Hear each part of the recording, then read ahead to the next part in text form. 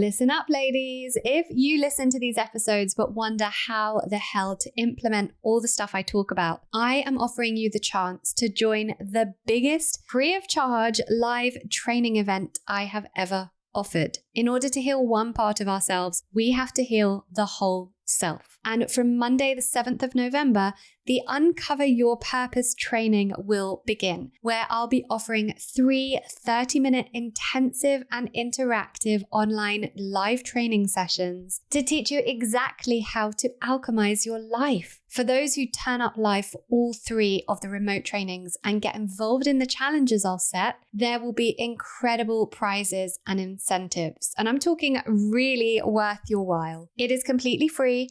No strings attached. You just have to show up and make that commitment to your growth. If you want to find your purpose, get healthy, get happy, and start manifesting the hell out of life, click the link in the show notes and register now. Reality is like the new earth is coming, right? Like we can feel things crumbling. We can feel things being birthed. There is both a sexual revolution and a whole societal revolution happening. And the question is like, what flavor do we want that revolution to be? What do we want that revolution to look like? And my choice is let's not revolt at all. Let's not destroy anything. Let's simply hold the vision for what it is that we want to birth and then feel as good as humanly possible. Let's utilize this vast internal pharmacy that nature has gifted us, and then hold that vision while feeling good, which is the secret to manifesting. And let's do it collectively and just simply create the new earth that we would be proud to hand to our children.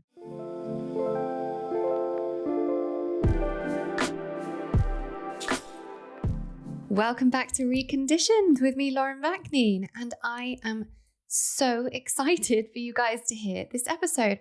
I would actually go as far as to say that this would be within the top 5 episodes of Reconditioned for me personally, not just because of the content, and you will learn loads about meditation and manifestation and sexual alchemy, but just, I don't know, the energy, the vibe of the episode and how it kind of went down. It was just beautiful. And I'm so grateful to Emily for that. It was just so wonderful. So yeah, we speak about in this episode, manifestation, which is how Emily got started in her career here. Well, before that, how she came to that from being a Broadway star. And we had some things in common there, which we speak about right at the end. And then we also speak about how that leads to manifestation. And we talk about what Emily calls sexual alchemy. Now, why I want you to listen to this, regardless of where you're at in your sexual journey, is because the majority of women that come my way are in this place of sexual stagnation, where they don't really know what they like in sex, and actually maybe they're even at the point where they don't enjoy sex anymore, and sex is not part of their relationship anymore if they're in a relationship. It's been lost from the marriage. It's just not something that is even a part of their life. And Emily speaks about why it is important, if we want to manifest a life of joy and bliss and happiness and manifest into our lives all the things we want, why it is so important to reclaim this part of ourselves. And we go deep into that in this episode. So I'm hoping that wherever you are at on your sexual journey, whether you are a tantrika or a sex witch and practicing sex magic and sexual alchemy and however you want to call it, or whether you are in a sexless relationship believing that you are not a sexual being, I would love you to listen to this episode through and through. It was just beautiful, every part of this episode. Now, don't forget, in some housekeeping, that the free 3-day challenge that I am running is on the 7th of November. So in just a few weeks' time, 7th till the 10th of November, I will be running a 3 free-day training, which will be a challenge where you turn up for just 30 minutes every day and take part in the challenge for a chance to win some huge prizes and be guided in me in this training in how to enhance and up-level all aspects of your life. It is completely free. There are no strings attached. There is no obligation to go on to work with me or do anything with me. It is free. It is for you. So please go to the link in the show notes to register your spot for that. You can feel free to share that with friends as well. This is a free training. It is open to as many women as want to join. It is for women only. So please remember that. And yeah, please make sure to register for that. And hopefully I will see you there. And I can't wait to see you there. And for now, that is all I have to say, because I just want you to listen to this amazing episode with Emily Fletcher. Once again, thank you so much for being here.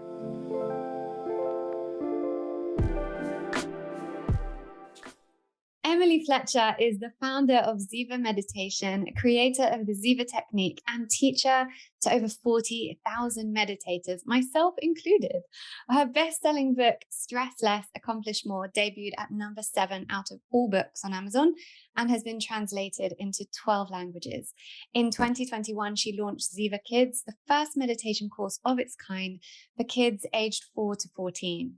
Ziva graduates include Oscar, Grammy, and Emmy Award winners, Navy SEALs, and NBA players, and Emily's work has been featured by the New York Times, Good Morning America, The Today Show, Vogue, and more. Emily's mission is to give people the tools they need to transmute stress to bliss so they can solve the world's biggest challenges and have a great time doing it. So welcome, Emily. I mean, why not? We could suffer as we solve these challenges, or we could have a great time. I vote, let's have a great time. So true. So true. Yeah. So, oh my God. So speaking of great time, you just came back from Burning Man. So I want to start there. Before we go there, I always start with the same question, which is, what have you done so far today to support your wellness? And you just showed me a little mushroom spray, so I'm kind of intrigued about that. Oh yeah, this is my friend's company, Ali Shemper. It's called Super Mush. And she has an energy, an immunity, and a chill mix. And speaking of Burning Man, I was at Burning Man for 10 days. I went early to help build. And it's, that place is trying to kill you. It's hot. It's cold. It's dusty. You're sleeping with like giant bass speakers next to you. And it's, by day 10, I should have felt awful. By all intents and purposes, by any wellness experts, I should have felt awful. And I didn't. I felt amazing. I felt alive and awake and rested and integrated. And part of that is meditation. Part of that is movement. Part of that is that Burning Man is the greatest hit of joy on planet Earth, even though it doesn't feel like you're on planet Earth. And creativity and dance and music, like all of my favorite drugs. But I think a lot of that was due to the Super Mush. So thanks, Ali Shemper. Yes. And what else have I done today? I meditated. I did my Ziva meditation practice. And then it's so funny that you're asking this because I've been having a bit of a morning. Like my son just started a new school. He's having some big feelings about it. It was pouring, raining. I went to bed too late last night. So I woke up a little bit on the wrong side of the bed, which doesn't happen to me that often. And I locked myself out of the house. I had to pee. It was just like one of those days. We were late to school. And I was like, I'm going to meditate and I'm going to work out. But at 9:52, so 8 minutes before I was supposed to start this podcast, I still had not worked out. But I did it. I did a 7-minute workout. I changed clothes. I threw on a lip as we were doing our pre-record. And here we are. Here you are looking perfect. So I felt proud of myself because I easily could have skipped the workout this morning, but I just feel so much better. It feels like it lubricates my body when I move my body in the mornings. That's really important actually, isn't it? Because it's kind of the idea of like the all or nothing. If I can't do all of it, I'm not going to do any of it. But actually doing something is always better than doing nothing. Yeah, honestly, like I am not affiliated with this thing, but the 7-minute workout, it's a high intensity interval training app, but you can do it. It's literally 7 minutes, no equipment. You could do it in an airport, in a hotel room. Honestly, you could do it at a subway stop while you're waiting for the train, really, if you didn't care what other people thought. But it's just enough. Like you sweat, you move. And I feel like if I do just that every day, I feel pretty strong. It's like a good maintenance program. It's not going to necessarily move you forward, but it's a good maintenance program for me. Amazing. Mm-hmm. Okay. So your work, for me anyway, goes way deeper than just meditation. I am, as you know, Ziva alumni. I'm a big fan of Ziva Meditation. And also you've been talking recently about something new, which we're going to get onto because I'm very excited to start talking about sacred sexuality with you. But you know what? Let's start with Burning Man, because I, as a Londoner, have never been to Burning Man, but my husband and I are thinking about coming next year for our 10-year wedding anniversary. But I've heard that you kind of like need to know people there. Like it's one of the, and I have wanted to go for years. Okay. So I know you now. So you got one friend. You got one friend. One friend at Burning Man. I'm a great friend to have at Burning Man. I want to know everything that happened there because you were hosting workshops with Layla Martin and doing all kinds of great stuff. Tell me about Burning Man. Yeah. So I started going to Burning Man in 2013. Next year will be my 10th year, my 10-year anniversary. I mean, this was my 5th burn, but I started going 10 years ago.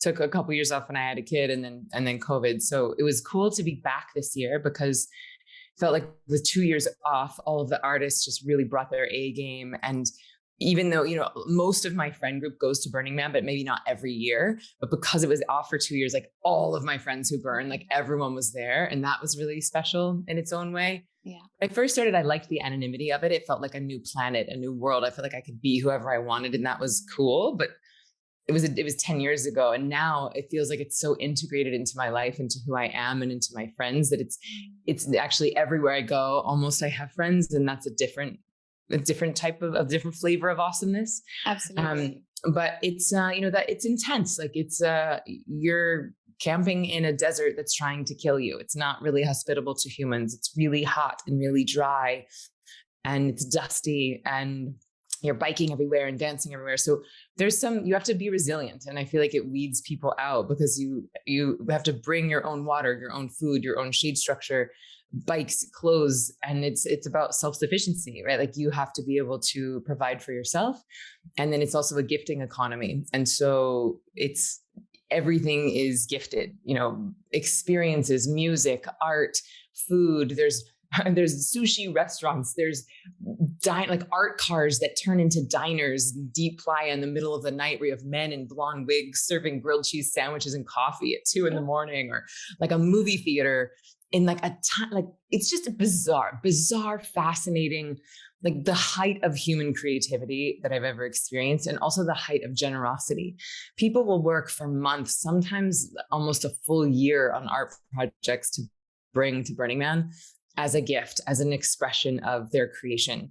And what I love most about it is that it shows you that everything we're living in, all of these societal rules that we think are sort of like the truth or the way, are just a construct. Like at some point, some human made it up somewhere, and then people decided to agree to it.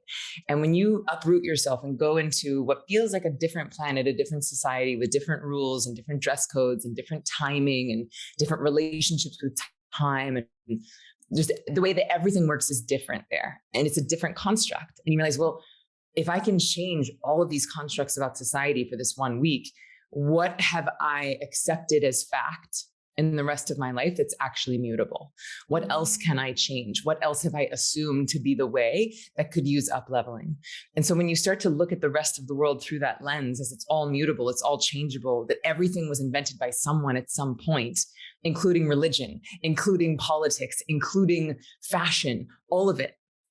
And so, well, if someone else made it up, why can't I make up something that's my expression? Or what if I innovate on this to make it more equitable? Or what if I innovate on this to make it more creative? I love that. And it's funny because we mentioned that we're going to be talking about sacred sexuality. And for me, that happened with that in my life, because I don't live my life by convention with any aspect of my life. I very much moved away from the medical paradigm. My kids don't go to doctors. Everything that we do is kind of very unconventional. And yet I realized within my marriage, it was quite conventional. So like, what can we do here to shake things up a little bit, Yeah. And it kind of go. And I also love that, Charles Eisenstein wrote the Sacred Economics, and speaking about that gifting mentality that it used to be, tribes would gift to other tribes. There was no money as we know it today. And that's how people got by. And I think that's, I can imagine you would come out of Burning Man having a desire to really make change. So it's not just a festival. Yeah, it's not just a festival. It's actually a temporary city, and this whole with its own principles baked into it. And I think for me at this point, it feels like a yearly ritual, like a homecoming, like a recharge, like a creative, like I fill my cup up. While I might be depleted physically, on the other side of it, I feel fulfilled spiritually and creatively. And I had the most profound spiritual awakening of my life on Sunday, on like the temple burn day. And, I've been teaching meditation for 13 years. I'm 2 weeks out from going to have a 7-day audience with the Dalai Lama. And, so I've had some like a 10-day Vipassana, 18 months of, hundreds of hours of meditation with, my teacher training. So I've been in this game for a long time, and yet had the most profound spiritual awakening of my life on the last day of Burning Man. So it's, it's different for everyone, but for me, I really love it. Oh, and you mentioned to the events that I did. So I led something in this pyramid. So the camp that I was at, one of our offerings, we built a giant pyramid, and it could fit like 700 people inside of it. And so on Tuesday night, I did this event called Sexual Alchemy. And it felt like the first dress rehearsal for this vision that I've been having for this event that I can't stop seeing, where I want 80,000 people together in a stadium and practicing these sacred sexuality tools and holding a vision for the species, holding a vision for the planet, and then using their sexual energy to help manifest that dream. And the people that I want to help were all staying in my camp. It was myself and Layla Martin, who's my best friend and an amazing Tantra teacher, Regina Thomashower, aka Mama Gino, who's my roommate. It was Vailana Marcus, who's a living medicine woman and amazing singer, and Aubrey Marcus. And so anyway, I just got all of them together and we did this amazing activation. And again, we had people really get clear on not only their dream for themselves, but what role they want to play in birthing this new earth. Because the reality is, like, the new earth is coming, right? Like, we can feel things crumbling. We can feel things being birthed. There is both a sexual revolution and a whole societal revolution happening. And the question is, like, what flavor do we want that revolution to be? What do we want that revolution to look like? And my choice is, let's not revolt at all. Let's not destroy anything. Let's simply hold the vision for what it is that we want to birth, and then feel as good as humanly possible. Let's utilize this vast internal pharmacy that nature has gifted us, and then hold that vision while feeling good, which is the secret to manifesting. And let's do it collectively and just simply create the new earth that we would be proud to hand to our children. And so anyway, we got to rehearse that on Tuesday night at Burning Man, and that was really exciting. And then since then, I got to do another activation in Toronto for like 1,000 people. And this was more of like a quote unquote muggle audience. It was more of people who were not really interested in the sacred sexuality stuff. They thought it was just going to be a talk on neuroscience. And yet I had them up and dancing and doing breath work. And by the end of it, they were crying tears as if their dreams had just come true. So it feels really exciting to be stepping into these new arenas and taking the foundation of meditation, but now supercharging the manifesting practice with the most powerful creative force that we have, which is in fact our pleasure. It is our sexual energy. Where does this passion come from? Have you always been like this? Is it that you found your passion? Like, wait, I know you were a Broadway star and that's how you started off. Were you like that? Were you this passionate about Broadway, or did this come because you've really found something that is your calling? That's a great question. I mean, I've always been pretty energetic and I've always been passionate. And yet there is a deeper fire that comes. There is a clarity and I think a resonance that comes when you know that your gifts are being used to serve what you see to be the greatest need of the time. And this actually is what I would call the conscious design of happiness. How do my gifts best serve the most pressing need of the time? And weirdly, all of this sacred sexuality work for me is actually about planetary regeneration. It's about reversing climate change. Because that's the thing that I think is like the most important. I think it's the most urgent challenge that we're being asked to solve. And I don't know how we're going to solve that with our most creative force behind our back. But yeah, I'd say I've always been pretty passionate. But when you sort of like find your dharma, if you will, like the thing that feels like I'm being of most service, that definitely pours gasoline on the passion that has always been Emily Fletcher. I know a lot of people listening, and something I get from the ladies that contact me or the ladies in my course is that it's quite triggering to hear people who are so deeply in their passion because they don't know what their dharma is or their passion. Do you have any tips for women like that who are kind of sitting at home going, I know that I have passion in me and I know that there's a purpose within my life. How do I find it? How do I get to Emily Fletcher levels of passion? Yes. Okay. Thank you so much for asking that. And so I'll give you a little backstory. So, well, first of all, as you mentioned, I've taught 40,000 people the Ziva Technique, which is mindfulness, meditation, and manifesting. And the number one issue that I hear, the number one complaint that people have is like, Emily, I don't know what I want. I'm like, I don't know what to manifest. And I can so sympathize with this. And I want to say that oftentimes I don't know what I want either. Like we all face indecision sometimes. And I think that it just means that you don't know what you want yet, possibly. But here's the other phenomenon that I see.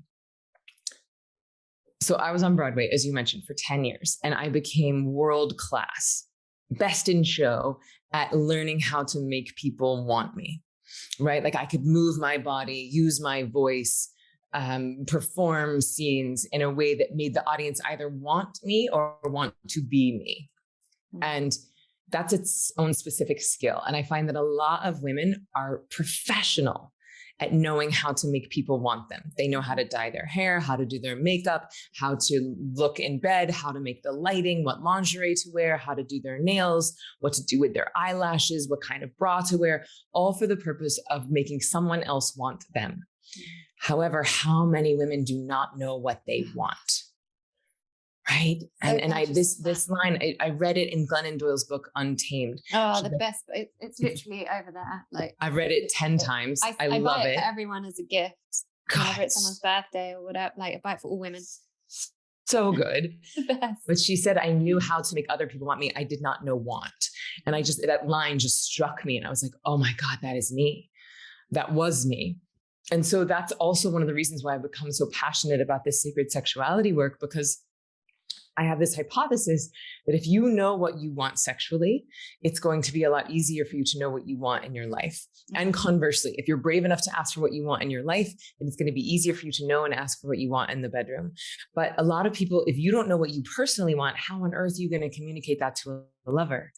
Right? And then you can get into a downward spiral of, well, they don't know how to please me, but really you don't know how to please yourself. And so when you take another person out of the equation, and when you take gender or gender preferences or sexual identity out of the equation, and you simply allow your sexuality to be about you and God. And I'll define the word God because I know God can be very triggering as well. I define God as the collective consciousness of all that is, right? You can call it your soul, nature, the universe, your higher self, whatever you want to call it. But if you make sexuality about you and your soul, and you give it the time and reverence that it deserves, when you see it actually as a purifying force that can bring you closer to God, then we can reprioritize it rather than it being something that's shameful or dirty or wrong or selfish or lustful or a deadly sin or slutty or whatever else conditioning that we've all been swimming in. It's really hard to prioritize that, right? It's hard to make time for something that you secretly think is bad. And so if we let go of some of that conditioning and prioritize it as this sacred act that also can help you get what you want. Right. And if I'm being fully honest, I did not prioritize these practices until I understood their power to help me manifest.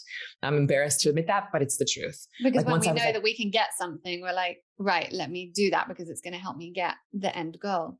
Totally. And it's embarrassing, but it's the truth. And it's the same, my book, Stress Less, Accomplish More. It's what I've been doing for 10 years. I've been taking the very powerful medicine that is meditation and wrapping it in the candy coating of like, hey, this is going to help you make more money and have better sex.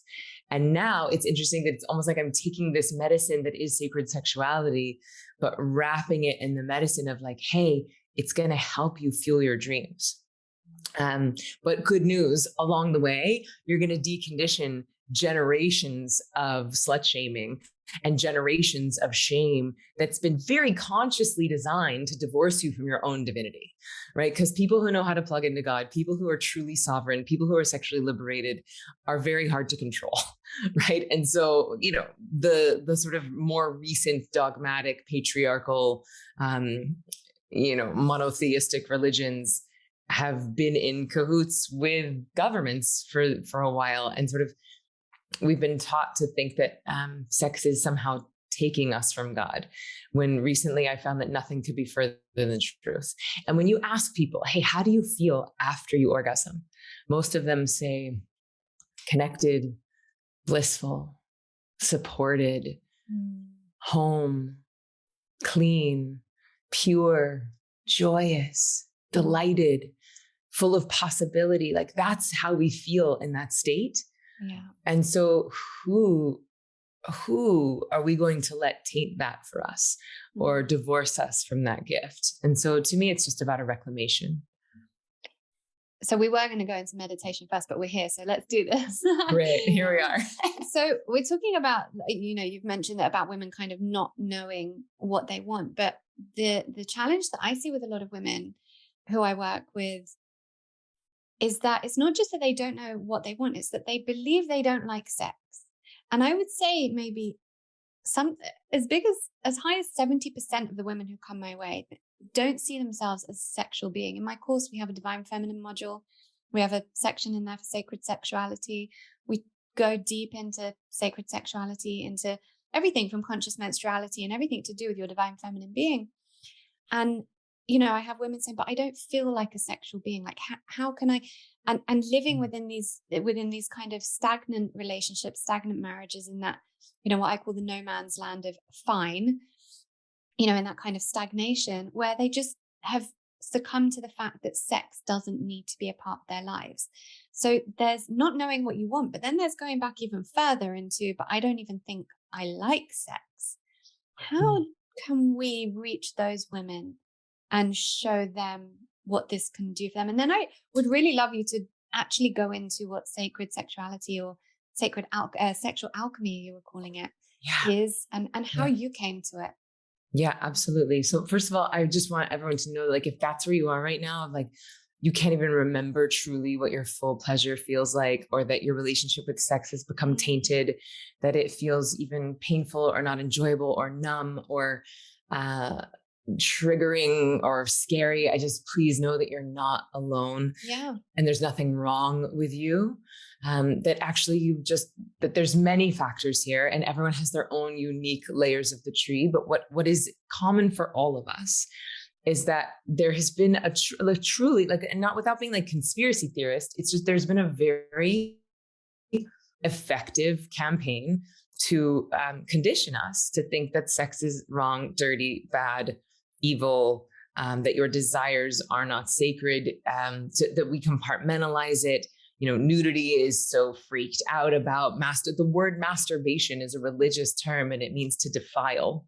Well, didn't Charles Darwin even say that masturbation was one of the worst evils of our time? And he also said that women, a well-bred woman should not have any sexual desire. And this was Darwin, who we took all our scientific and evolutionary dogma from. So, so you're saying this isn't conspiracy theory, but what is conspiracy theory? Like, let's look at where we learn about evolution and who we listen to. Okay, so one of the challenges I hear from you guys the most is how hard it is to drop into meditation, or even to relax and just feel calm. And I speak a lot here about how our bodies have not evolved to manage the level of stress we're faced with today, which means we're constantly in fight or flight mode, with our sympathetic nervous systems always activated, which we know leads to depression and anxiety and also chronic health problems. If we want to be well, we have to find ways to mitigate this. We have to do that ourselves. And I believe in merging natural daily practices with the kind of health tech that enables us to counter and mitigate the challenges that modern life throws at us. And the Sensate is one of those products, and I want to tell you about it. So the Sensate is a small palm-sized device that sends infrasonic waves through the chest in order to activate the vagus nerve and calm the autonomic nervous system, which is the body's command center. Together with the specially composed hemispheric audio within the app, you will literally feel calmer after only a short session. I give this to anyone I'm with if I have it on me, which I usually do, and everyone has the same response. It's amazing, and I already feel less stressed, and where can I get one? Now, I'm particularly recommending the Sensate to anyone who suffers from anxiety and wants to help calm the nervous system, those who want to deepen their meditation practice, and people who are looking for ways to be calmer and more grounded. Now, most of you know I work with a shaman, and he has taught me that our higher intelligence places ideas of health technology in the minds of those who can create and invent these products. And I truly believe this to be the case with things like the Aura Ring, the Somavedic, even diagnostic devices in hospital. And for me, I believe that to be true with the Sensate. We have lived for too long in a high stress state. We need more to help us counter that. So you can get £20 off the Sensate by visiting getsensate.com. That's GETSENSATE.com and using the code Lauren20. That's getsensate.com and the code Lauren20. Thank you to Sensate for partnering with Reconditioned. And now back to the episode. That's one scientist, one very, very influential scientist. But then think about every religious leader. Right. Like I grew up Southern Baptist, right? With sweaty men in khaki suits yelling at me, telling me what I should and shouldn't do with my body. And, I remember them talking about dating and being like, this preacher saying, well, when my daughter goes on dates, that man's going to have to crawl over Matthew, Luke, Mark, and John, like all of the chapters of the New Testament to get to my daughter. And just even that inherent like slut shaming that happens. Like if I have a boy, like fine, but if I have a girl, I'm going to protect her and she's never allowed to go on a date. And it's like, wait a minute. Like, why did we decide that sex is okay for one gender and not okay for the other gender, especially when we're in a like heteronormative society that's like supposedly like heralding heterosexuality that takes two different genders in order to make that. So it's just so absurd. And so we've got the conditioning, right? That we're all sort of swimming in, just like we're all swimming in misogyny and patriarchy and racism. Oftentimes you can't see it until you start to shine a light on it or actively start to dissect it. But then on top of that, there's a lot of sexual trauma and sexual abuse. They say it's at least 1 in 4 people. It used to be 1 in 4 women, but now we're starting to learn that it's all genders, 1 in 4 people who have had some sort of sexual trauma.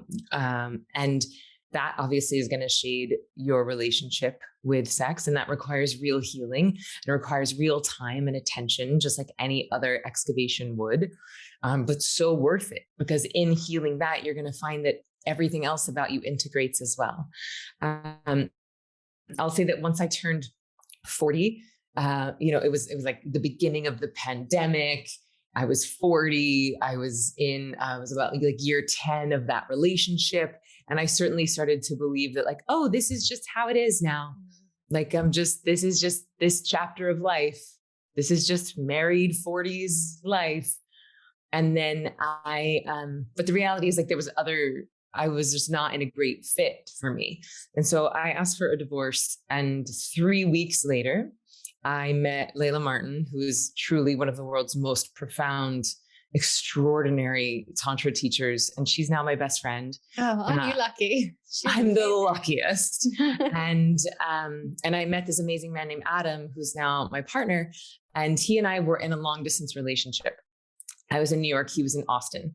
And so a few things happened. One, Layla very kindly and generously has initiated me into a lot of these practices. She taught me what she calls sex magic, which is the art of, cultivating your own sexual energy and using it to fuel your desires and dreams. She initiated me into energy orgasm and even like ecstatic play. And then she very kindly invited me to her week-long teacher training retreat, and so much breath work, so many initiations. And really, she's an exquisite teacher. So anyone who's thinking about maybe they want to be a sex, love, and relationship coach, or if they want to go deep down this rabbit hole, I would highly recommend checking out laylamartin.com. She reintroduced me to Regina Thomasschauer, also known as Mama Gina, and she's now my roommate. Now, Regina is 65 years old. She wrote a New York Times bestselling book called Pussy, A Reclamation. She's been teaching goddess also practice. On my shelf. Okay, it's so good. And she's been teaching, courtesan practices, ancient goddess traditions for 30 years.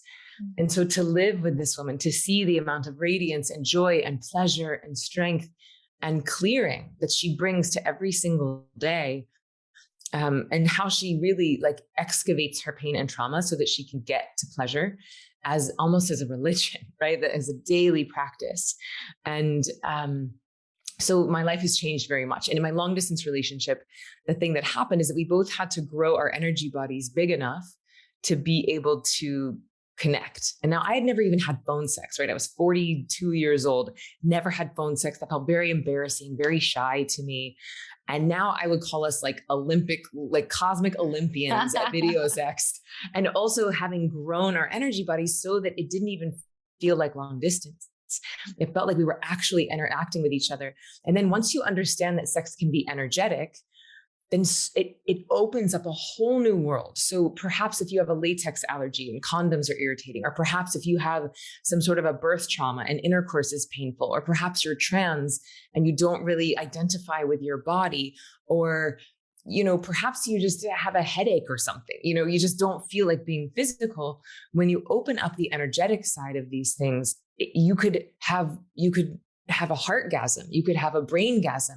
You, as a person without a penis, could penetrate someone who does have a penis. Like the game just gets so much more interesting when you're not limited exclusively to the anatomy. And it really changes your sense of self. You start to see the duality and polarity inside of yourself. Because you start to identify with both the male and the female parts of you, the masculine and feminine parts of you. And I think that if everyone were to do that, then the misogyny, the transphobia, the homophobia that's so rampant in our society would change, because we would start to see the everythingness inside of ourselves versus othering everybody or trying to find more containers. We'd just be like, oh, today I'm feeling this and tomorrow I might be feeling that. And so, hey, you're feeling that today. Tomorrow you might be feeling more like me. Like you find this sense of unity when you see the infinite possibility that is inside of you. I don't even know where to start there. I know, I just fire hose a lot of things. So much to open up. I mean, where does one learn how to do all of this for a start? Okay. Well, I'm about to do my first retreat. I'm about to do like a deep dive into these practices. And that's, I don't know when this podcast is coming out, but it's happening November 10th through the 13th, which is really exciting. It's going to be in Costa Rica. And this is going to be a time to really allow me to see like, what's this new transmission that wants to be birthed?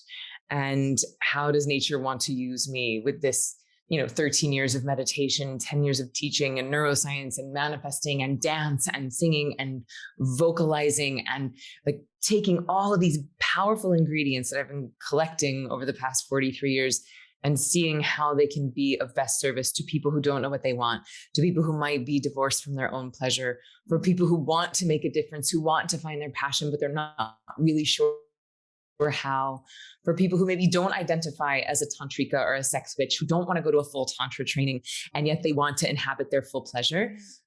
That's what we're birthing here at Ziva. And so that's one way. The other way is I highly recommend LeilaMartin.com, Pussy, A Reclamation by Regina, or MamaGinas.com. And then know that we are birthing a lot of this at Ziva. And after the retreat, we're going to start working on our own online course, which is really exciting. And then hopefully soon we'll be selling tickets to these stadium events, because I'm not kidding when I say I want 80,000 people climaxing at the same time, holding a vision for the species, just as an experiment. People like, that's I'm there crazy. For that experiment. I'm going to be there. It's like, that's crazy. And I'm like, no, what's crazy is humans going extinct because we robbed the planet of its natural resources. That's crazy. And to just allow that bus to continue to drive off the cliff, that feels insane to me. But utilizing the most powerful manifesting tool that we have collectively and spending at least as much time in a day holding the vision for what we want to create as we do speculating about worst case scenario, that is how I like to turn this ship around. And you mentioned the word tantrika, or, sex magic, sex witch. And we spoke before we started recording about how there's kind of a messiness around that, around finding the right term that doesn't scare people if they are new to this kind of stuff. And I think that's really important, because there are people who will maybe come to this if the word sex magic or something without the word witch, is taken out of it. So I like that you're kind of rewording that, reframing it all, and finding your own way within that. It's really quite simple. I just came back from sabbatical, and my job on sabbatical was to kind of like rebrand this stuff, find new terms that actually speak to the scientific reality of what's happening in the body. Like when you're in peak pleasurable states or orgasmic states, your electromagnetic field gets very big. Like it actually can 10x in size, versus when we're in fear, shame, guilt, anxiety, that electromagnetic field, it shrinks. Right. And so if you think about it as your magnet is turning on and getting bigger, of course, your ability to magnetize the things that you want in your life is going to get stronger. Also, when you're in those orgasmic states, all of the chemical cocktail that you need in order to manifest, dopamine, serotonin, which are like the baselines for manifesting, but now you add oxytocin, which is the love hormone, and then you add even adrenaline to amplify things, and norepinephrine, then you're like, oh, you start to play with some pretty powerful endogenous pharmacology. And OPS, you've also sort of transcended the prefrontal cortex and started to access the entire cognitive ability of the brain, which, I would say is like plugging into source. But really what's happening is that you're bringing that energy out of the amygdala, which is the fear center of the brain. And then that energy sort of spreads around the whole brain. So the brain in an orgasmic state looks similar to a brain on mushrooms or LSD, where it's like the whole thing is lighting up. Mm-hmm. And so these are the ingredients that we all know that we need to manifest. And the thing is, you're already doing it. Likely you're already having some form of sex. It might be with porn or vibrators, or, it might be in ways that don't necessarily feel sacred to you, but that's an easy change, right? It's just giving yourself time and space. Maybe take a break from porn, maybe take a pause from the vibrator, maybe give yourself the time to be curious about what it is that your body loves and what it is that your body actually wants. But if you're trying to make your body feel or do something that some porn star is doing, that's not your actual nature, it's going to feel weird. It's going to feel off. And I think that it's actually like the perversion of sexuality that we feel is dirty or wrong. But if you can reclaim it and see it and use it and experience it as holy, then it's going to change everything. It really changes you cellularly. So it's actually sexual alchemy is a tool, maybe the tool for manifestation. I think there's a lot of ways to manifest. This is just the most powerful way that I've found. And so when I say sexual alchemy, there's a few different ingredients there inside of that container. One is movement, like ecstatic, sacred movement. So you can actually get embodied. We spend so much time in our brains thinking, screens, Zooms, past, future. And so movement is immediately like present in the body. We do breath work. So you're actually learning how to draw that energy from your hoo-ha, from your root. And hoo-ha is like head, heart, and hoo-ha are the words that I'm using to talk about these energy centers. And your hoo-ha is, yes, your anatomy, but it's also the energy around it. Like when we say, like, what does your heart say? Or how is your heart feeling? We don't just mean the muscle, the organ that's pumping blood. We actually are referring to the whole energy center and the organ.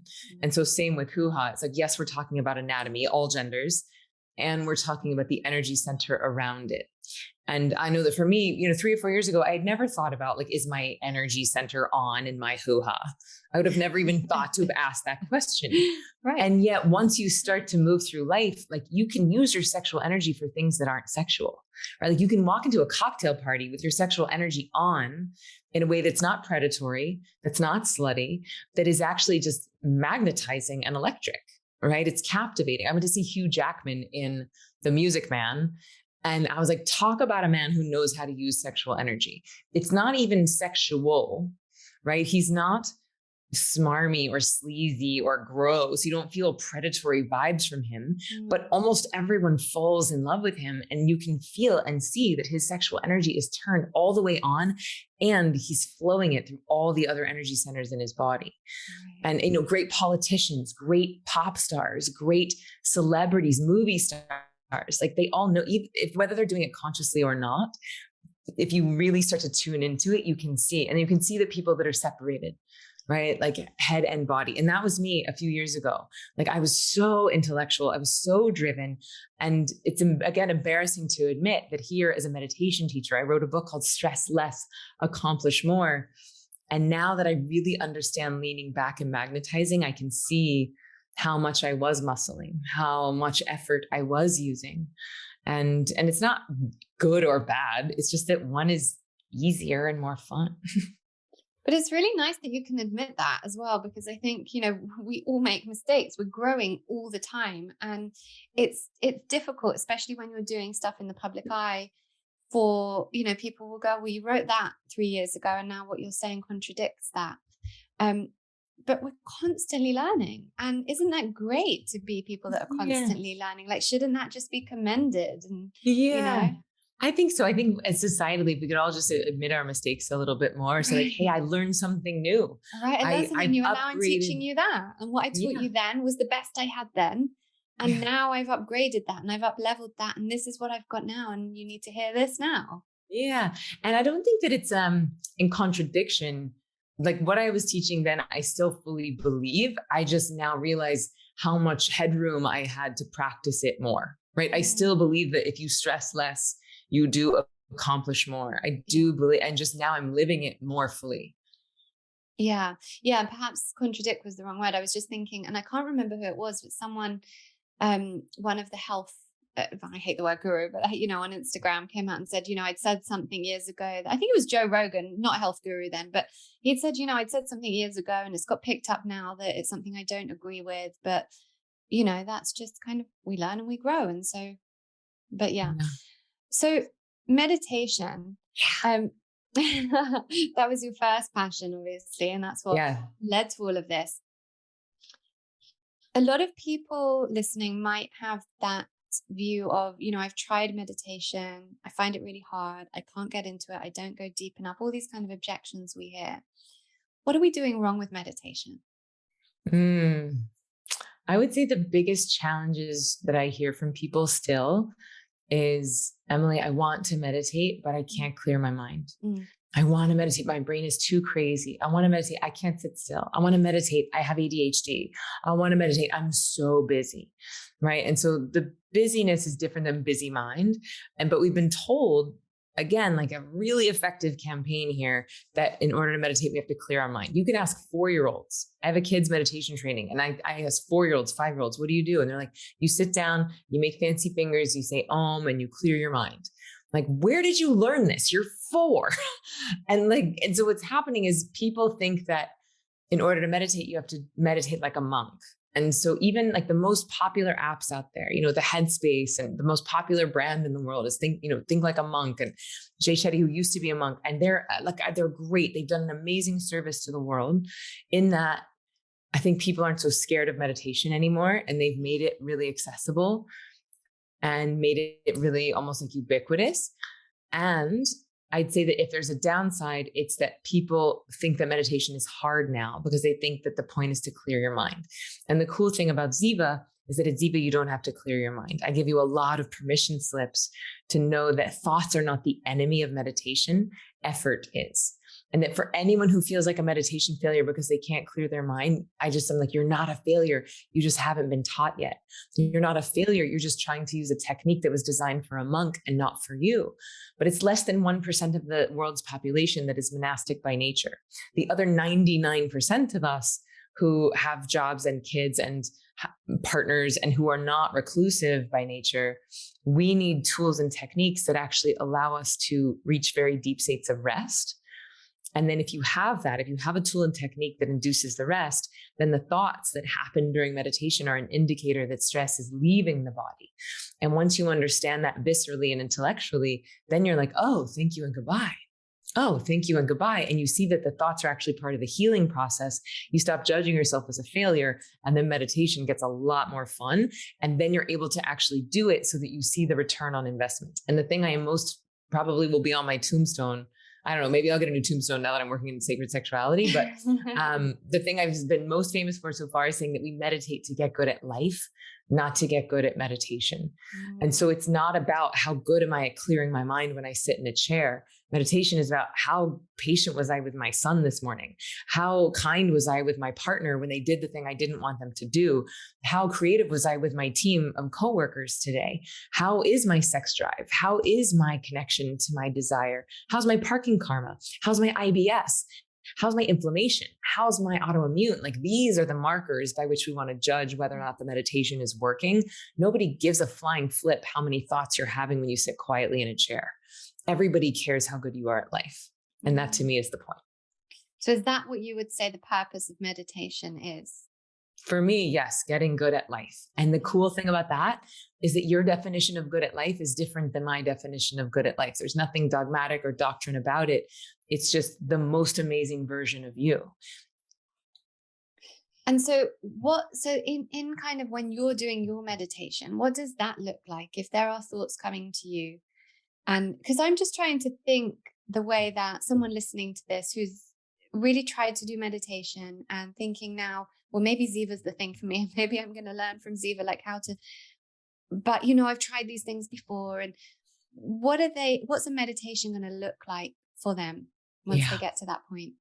Yeah. So once you graduate, and the thing about Ziva is that it is a training. It's not an app. It's not me holding your hand. It's not me meditating for you. I know a lot of people think, well, I need guidance. It's like, well, yes, you need guidance because you don't have training, right? Like I hold my son's hand when we cross the street because he doesn't know how the walk signs and the traffic signals yet. He's 4.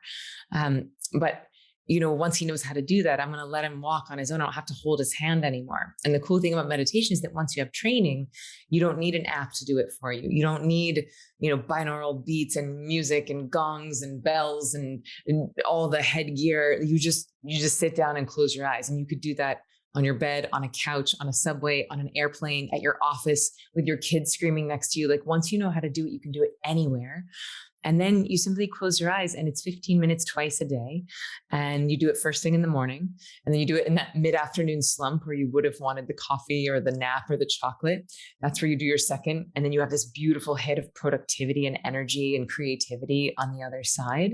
But the practice itself is the 3 M's. So we start with mindfulness. Then we move into a very restful form of meditation. And this style of meditation is likely different than what anyone else has tried or done before, where you're not clearing your mind, you're not focusing, you're not concentrating. Thoughts are not the enemy. It feels like a nap, honestly. Like you get sort of like the head bob. It doesn't look that good on Instagram, but it feels amazing.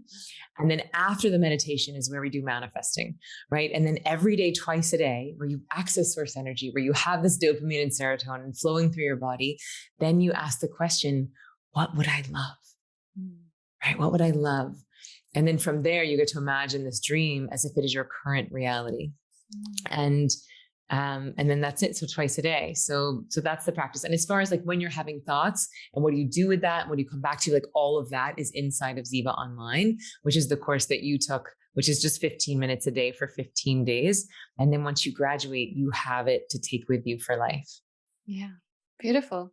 I heard you say once that using an app for meditation is a bit like having an AA meeting at a liquor store.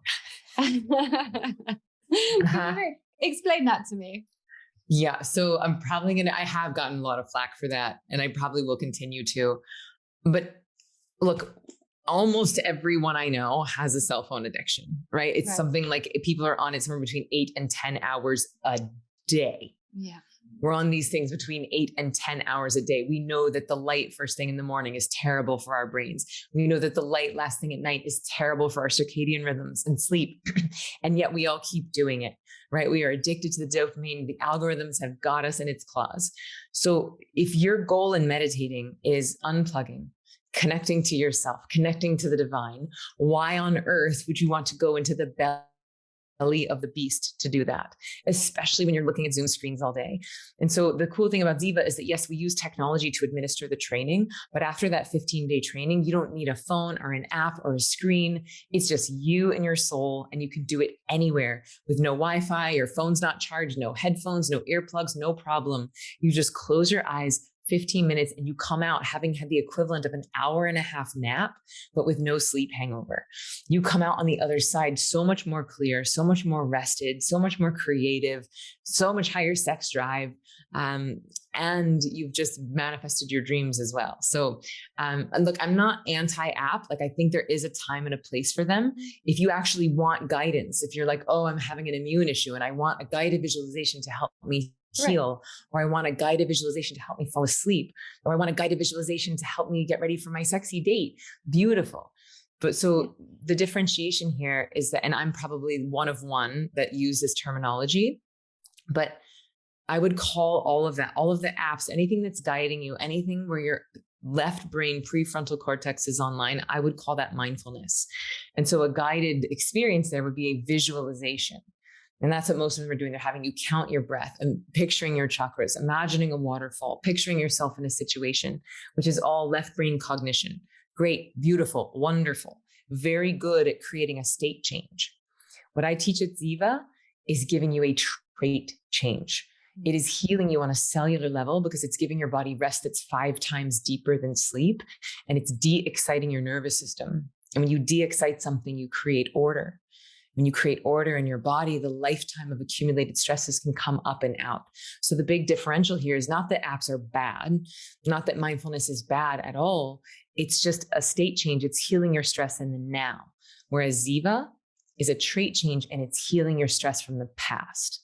And what I found is that is really where the magic happens, because when you get rid of the stress from the past, that's when you usher yourself into higher and higher states of consciousness, because you're carving out that darkness to make space for more light.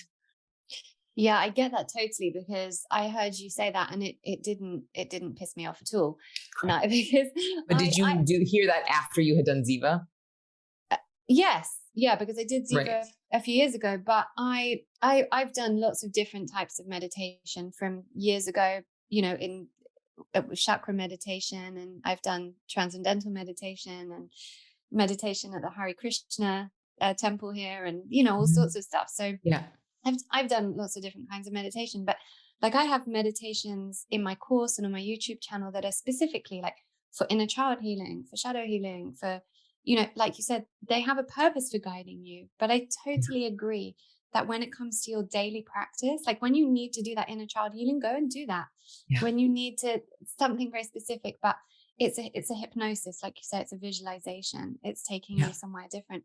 When it's for your daily practice, I agree that is best. I'm not going to say should, or is best to done having already been guided how to do it, so how to do it, have that training and do that on your own, so you can deeply connect and come out of that way, out of the thinking mind. Yeah. It's like your body knows how to heal. Just like you don't need someone, like when you go to sleep at night, you just fall asleep. Right. You just fall asleep and you didn't really do anything. No one guided you there. And yet your body runs a whole host of healing operations that are profound. Yeah. And the same thing happens in Ziva. You sort of fall into the meditation, and then your body runs a whole host of healing functionalities that make you so much better at life. And if you were to be guided through that, it would just be keeping you still in the left brain realm of thinking, whereas Ziva is using tools that help you to drop into that restful state of being. And then you're self-sufficient, right? Which is, I think, valuable. Yeah, absolutely. And I think a lot of people listening to this now will have that clarity of mind to know, I did think that because, I am a really stressy person, or I have ADHD, or, meditation has never worked for me before, that now, okay, maybe I'm going to try that again. Now I get it a bit more. So thank you for I hope so. I hope so. And I'm curious to know, like, even though you had done so many other styles of meditation, like what inspired you to do Ziva, and what was your experience like after it? So it was originally for my husband, because he wanted to do it, because That's fair. That was his initiation into meditation. I'd been, as you know, going down this rabbit hole of kind of holistic healing for a long time, and had done these different sorts. And for him, this was his initiation. Yeah. And for him, it was really the perfect initiation. For me, it gave me more of the background knowledge of what I was doing, which I really like, because modern people like that. We like to understand stuff, right? So I've learned, it was about, I started meditating when I was 18, so it's 20 years ago. Wow. And that was through chakra meditation. And then I did TM about, I don't even know, many years ago. And that was great. But with TM, it's a lot of, and I'm not bashing TM, I think it's brilliant and I still love it. And I go in and out of I've kind of like crafted my own way of doing meditation at this point. And some of that is TM.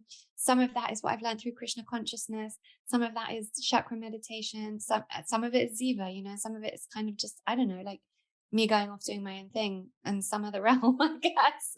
Yeah. I mean, 20 years in, like, of course, like you've not earned, but like you have ushered yourself into these higher states of consciousness, and you've dug a lot of wells. And so like at this point that makes sense. And I just want to, like, someone who's just starting out, that wouldn't necessarily be a great plan. You don't want to dig a lot of 3-foot wells, but for you 20 years in, like, yes, like your body knows what it needs now. But it didn't, 20 years in, but it still took it, I did all those meditations, and as you go on, you learn more and so. But I just want to say to people, probably how my meditation is now probably still looks the same as how most people's meditation looks. Maybe sometimes I can get a bit deeper, and sometimes I connect, and I do feel myself connecting to source. And that is my intention. And if my intention is always gratitude and giving gratitude, which I believe reaps manifestation. But what was my point here? No, the point well, I was just asking you about Ziva and your experience there. Yeah. So like even in TM, you don't really learn about like what the brain's doing and what the purpose is of it all. It's more of a spiritual practice, you know, Maharishi being like a spiritual guru. And I learned so much and I took so much away from that.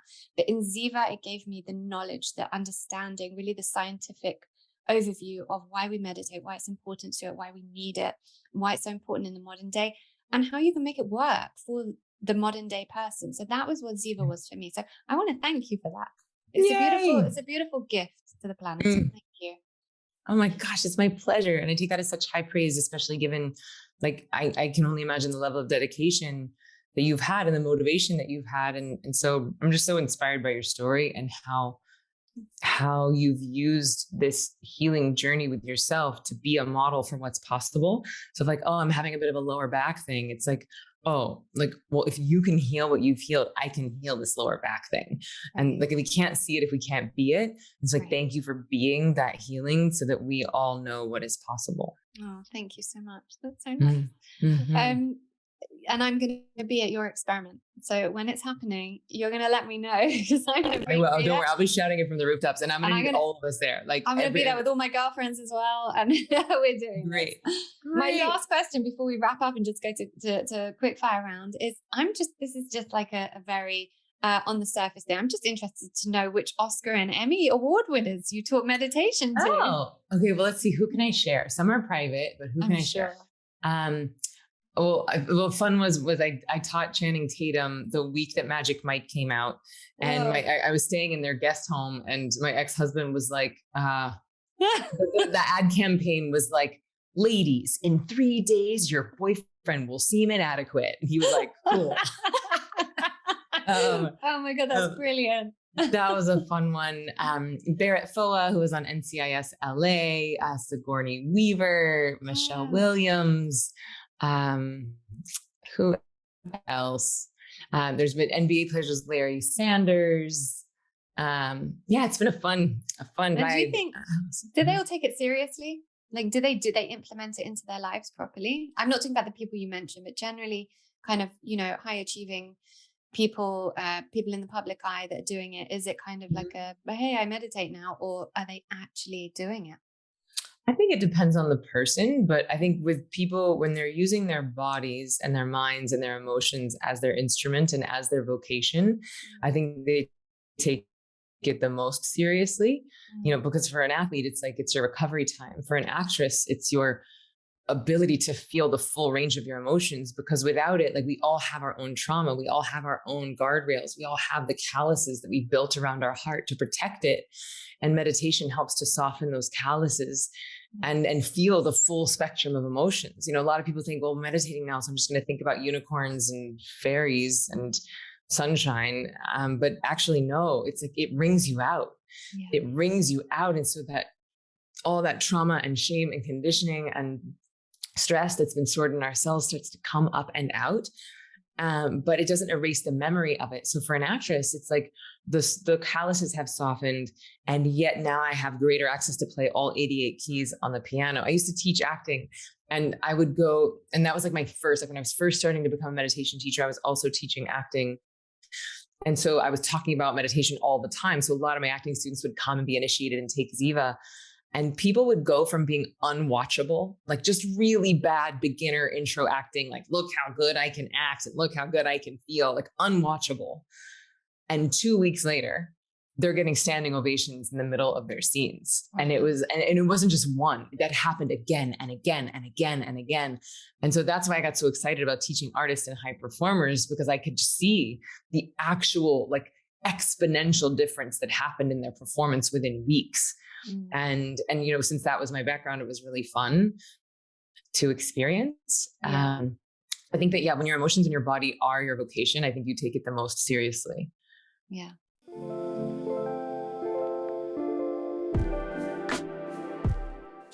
Okay.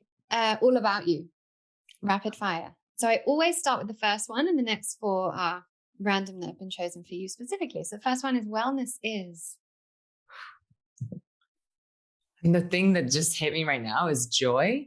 like that joy will make you well, but also wellness equals joy, right? Like the more well you are, the more joyous you can be. So true, which is why health is our wealth. One top tip for making meditation work for you. Get training.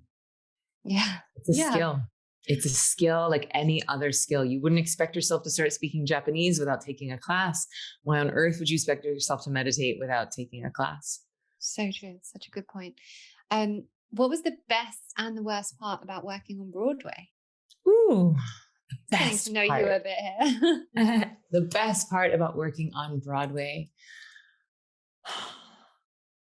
I love creative people working towards a common goal.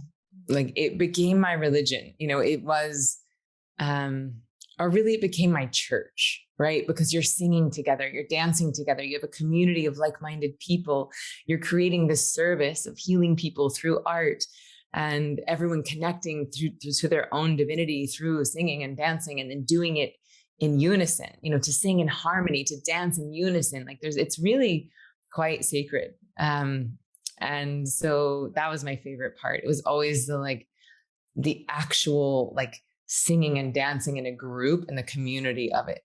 And the worst part was the worst part. The worst part for me was when I was in a chorus line and it was pre-meditation and I was understudying, and it was truly I just felt like I was failing all the time. I felt like I was in this cage and I was trapped and I couldn't quite sing it and I couldn't quite dance it. And I never knew when I was going to be thrown on. And the stress was making my voice worse. And the stress was keeping me from sleeping. And then not sleeping was disallowing me from performing. And I felt like I was just in this trap that I couldn't get out of. That really felt like hell, like its own flavor of hell. I remember having dreams that I was being possessed by the devil and I was trapped in grocery store in between the sliding doors and in the vestibule. And then I learned meditation, and the first night I slept through the night for the first time in 18 months. And it just changed my life so much that, it changed everything. Left Broadway, went to India. What's that? Because the adrenaline of being on set and or being, on a theater, in the theater is just, you end late at night and there's so much adrenaline and somehow you've got to bring it all down. And it's just, believe it or not. And I don't even know if I've ever mentioned it on this podcast in all 91 episodes. I used to be an actress before I got really sick. Yeah. And I was in a production. It was only in my college of a chorus line. And that was when I had this big flare up that led me into the depths of hell.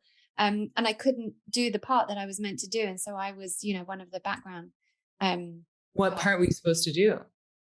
Well, we were auditioning for a Fletcher. I don't even remember the name. Judy, Sheila, Val. I feel like it's Sheila. I don't know. That was my part. It wasn't Val. Whose tits and ass? It wasn't tits and Val's tits and ass. She was at the ballet. She was at the ballet. And I don't remember. Judy, I remember Maggie. I was 17 and I remember auditioning for this part and then having to go and have my knees drained and doing so much damage because I should have been resting from trying to audition for this part that I ended up not getting really any part. And I have this thing about a chorus line now because that was the beginning of the end of my acting career. Wait, that's nuts because I'm the same. Chorus, understudying on chorus line is the thing that drove me to meditation because it was such a fucking nightmare. Yeah, and then look where we both are. So wow, thanks a chorus line for creating a living hell that we had to work our way out of. Oh my goodness. Okay, so last one, something you hope to pass on to your son that you had to learn for yourself that wasn't necessarily passed on to you. To trust himself. And he can trust himself. He can trust his feelings and that he can trust even his fear, that his voice matters and his thoughts and feelings matter and that he can trust himself. Amazing. Do you know what? This is probably been one of my most favorite episodes. So thank you so much. I really enjoyed every second. Me too. I will be putting everything in the show notes, but you have very kindly offered listeners of Reconditioned your brand new masterclass. So that's at zivameditation.com/podcast, which is where you'll be teaching 3 secrets to reduce stress, overcome anxiety, and improve sleep in 15 days or less. So please make sure you head to there, and I will put that link in the show notes. Where else can people find you? So we're all over social media at Ziva Meditation, Ziva Meditation. And my personal Instagram is Emily Stella Fletcher, but it's mostly just pictures of me and my son. Maybe one day I'll start doing more content, but now it's just it's real cute though. It's real cute. Amazing. Emily, thank you so much. I'm so excited for this to air and for everyone to hear it. And keep in touch and keep me updated with everything that's going on. Yes, what a treat to get to know you. And thank you again for shining such a bright example. Oh, thank you so much. I hope you enjoyed this episode of Reconditioned. I am honestly so grateful to each and every person that tunes in. Thank you also for taking responsibility for your own well-being. You should know that just by choosing to listen to podcasts like this that further your well-being, you're moving more deeply into abundance consciousness. Now, don't forget, I have a bunch of free resources over at laurenvakneen.co.uk, as well as every recommendation you could ever need in regards to your well-being on the LV Recommends page, all categorized for your ease. Thank you also to our sponsors. These episodes would not be possible without them, so make sure to check them out and get some pretty awesome discounts on the show notes. And of course, make sure you're subscribed to the podcast so that you can get updated each time a new one is released. Thank you. I appreciate you. Reconditioned is proud to be working with Women for Women International, a charity that supports women survivors of war in 8 war-torn countries around the world. You can help a woman survivor of war transform her life today by visiting womenforwomen.org.uk/donate.